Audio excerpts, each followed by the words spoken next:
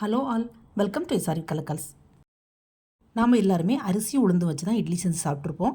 ஆனால் இன்றைக்கி கொஞ்சம் டிஃப்ரெண்ட்டாக அவல் வச்சு இட்லி பண்ண போகிறோம். வாங்க எப்படின்னு வீடியோக்குள்ளே போய் பார்க்கலாம். நம்ம சேனலை ஃபஸ்ட் டைம் பார்க்குற ஃப்ரெண்ட்ஸ் ப்ளீஸ் சப்ஸ்கிரைப் பண்ணி வச்சுக்கோங்க. அப்போ தான் நான் போடுற வீடியோஸ் எல்லாமே உடனே உங்களுக்கு மிஸ் ஆகாமல் நோட்டிஃபிகேஷனில் வரும். நான் இந்த ஸ்வீட் அவல் இட்லி பண்ணுறதுக்கு ஒரே ஒரு வாழைப்பழமும் ஒரு கைப்பிடி அளவுக்கு ஒரு சின்ன பவுல் அளவுக்கு அவல் எடுத்துருக்கிறேன். சிவப்பு அவல் தான் எடுத்துருக்கிறேன். நீங்கள் இதுக்கு பதிலாக ஒயிட் அவல் கூட எடுத்துக்கலாம். பட்டு சிவப்பு அவல் தான் டேஸ்ட் நல்லாயிருக்கும்.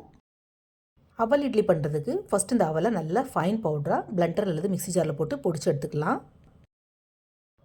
அவல் குறகுறப்பாக இருக்கக்கூடாது, நல்ல ஃபைன் பவுடராக, அதாவது நைஸாக பொடிச்சு எடுக்கணும். இந்த மாதிரி பொடிச்சு அவலை ஓரமாக வச்சுக்கலாம். இப்போ ஒரு மிக்சிங் பவுல் எடுத்துக்கலாம். அதில் ஒரு வாழைப்பழத்தை நல்லா மசிச்சு விட்டுக்கோங்க. ஃபோர்க் அல்லது கை வச்சு கூட நல்லா மசிச்சு விட்டுக்கலாம். வாழைப்பழம் பீசஸ் எதுவும் தெரியாமல் நல்லா மசிச்சு விட்டுக்கணும். அதுக்குன்னு பிளண்டர் அல்லது மிக்ஸி ஜாரில் போட்டு அரைக்க வேண்டாம். நல்ல பழுத்த வாழைப்பழமாக இருந்தால் இந்த மாதிரி சீக்கிரமாகவே மசிஞ்சிரும். இப்போ இந்த வாழைப்பழத்து கூட நம்ம பொடிச்சு வச்சுருந்த அவலை சேர்த்துக்கலாம். அவலை சேர்த்து லைட்டாக மிக்ஸ் பண்ணி விட்டுக்கலாம். கொஞ்சம் கெட்டி கெட்டியாக தான் இருக்கும். ஏன்னா நம்ம இதில் பால் தண்ணி எதுவும் சேர்க்கல. சேர்த்ததுக்கப்புறமா நல்ல லிக்விட் பதத்துக்கு வரும்.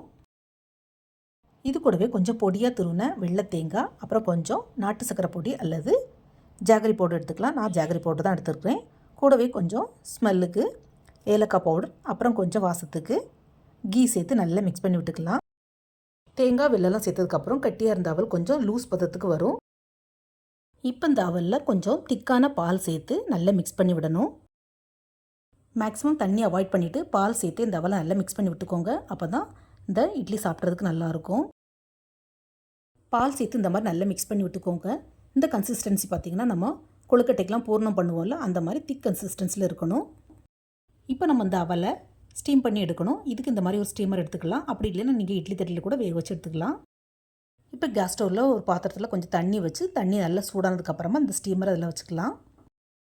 இப்போ இந்த மாதிரி குட்டி குட்டி கிண்ணம் இருந்ததுன்னா அதை எடுத்துக்கோங்க. இதில் கொஞ்சமாக நெய் அப்ளை பண்ணிக்கலாம். நான் இந்த இட்லி சைஸ் சேமாக இருக்கிறதுக்கு மசாலா டப்பாவில் உள்ள கிண்ணத்தை தான் யூஸ் பண்ணியிருக்கிறேன். நீங்களும் அதே யூஸ் பண்ணிக்கலாம். இல்லை உங்கள்கிட்ட சின்ன கிண்ணம் இருக்குதுன்னா சின்ன கிண்ணத்தை கூட யூஸ் பண்ணிக்கலாம். அப்படி இல்லைன்னா இட்லி தட்டிலே கொஞ்சமாக நெய் அப்ளை பண்ணிவிட்டு அதுலேயும் கூட வேக வச்சு எடுத்துக்கலாம். இந்த பவுலில் நம்ம மிக்ஸ் பண்ணி வச்சுருக்கிற அவல் மிக்ஸிங்கை கொஞ்சமாக இந்த மாதிரி எடுத்து வச்சுக்கலாம். ஃபுல்லாக வைக்க வேண்டாம்.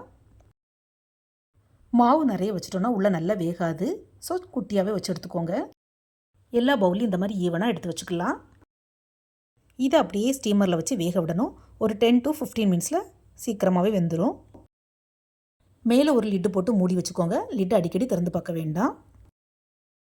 சப்போஸ் நம்ம லிட்டை ஓப்பன் பண்ணி பார்க்கும்போது இந்த லிட்டில் உள்ள தண்ணி அவலில் விழுந்துடுச்சுன்னா அது ஒரு மாதிரி தண்ணி சேர்ந்த மாதிரி ஆயிரும். ஸோ நல்லா இருக்காது.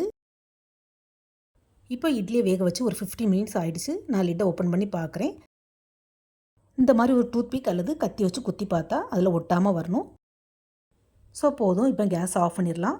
கேஸ் ஆஃப் பண்ணிவிட்டு இதை அப்படியே எடுத்து நல்லா ஆற விடணும். ஆறுனதுக்கு அப்புறமா தான் இந்த இட்லியை டிமோல்டு பண்ணணும். அப்படி இல்லைன்னா உடஞ்சி வந்துடும். இட்லி நல்லா ஆறுனதுக்கப்புறமா ஒரு கத்தி வச்சு இந்த மாதிரி ஓரத்துலலாம், அதாவது சைட்லலாம் லைட்டாக எடுத்து விட்டதுக்கப்புறமா உல்ட்டாவாக வச்சு ஃப்ளிப் பண்ணோன்னா சூப்பராக கீழே விழுந்துடும். ஒட்டாமலும் வரும். இந்த இனிப்பு அவல் இட்லி சாப்பிட்றதுக்கு ரொம்பவே டேஸ்ட்டாக இருக்கும். ஆக்சுவலாக இந்த அவல் இட்லி எனக்கு ஒரு ஃப்ரெண்டு சொல்லி கொடுத்ததாகும். நான் வேறு அவல் வச்சு நிறைய ரெசிபிஸ் அப்லோட் பண்ணியிருக்கிறேன். என்னுடைய சேனலில் போய் செக் பண்ணிக்கோங்க. இதே மாதிரி மீதி இருக்கிறதையும் எல்லாத்தையும் ரெடி பண்ணி எடுத்துக்கலாம். இந்த அவல் இட்லியில் வாழைப்பழம் சேர்ந்துருக்கிறதுனால ரொம்பவே டேஸ்ட் அல்டிமேட்டாக இருக்கும். ஸோ இந்த வீடியோவை பார்த்ததோடு விடாமல் நீங்களும் கண்டிப்பாக வீட்டில் ட்ரை பண்ணி பாருங்கள். அவல் பிடிக்காதவங்களுக்கு கூட இந்த இட்லி ரொம்பவே பிடிக்கும். ஸோ ஃபஸ்ட்டு கொஞ்சமாக போட்டு செஞ்சு பாருங்கள். உங்களுக்கு பிடிச்சிருந்து நல்லா வந்ததுன்னா நெக்ஸ்ட் டைம் ஜாஸ்தியாக போட்டு பண்ணிக்கோங்க. இது என்னுடைய ஒரு சின்ன அட்வைஸ் கூட சொல்லலாம். இந்த வீடியோ பிடிச்சிருந்தா மறக்காமல் எஸ்ஆர்வி கலக்கல்ஸை லைக், ஷேர் அண்ட் சப்ஸ்கிரைப் பண்ணுங்கள். தேங்க்ஸ் ஃபார் வாட்சிங். See you soon in the next video. Bye bye.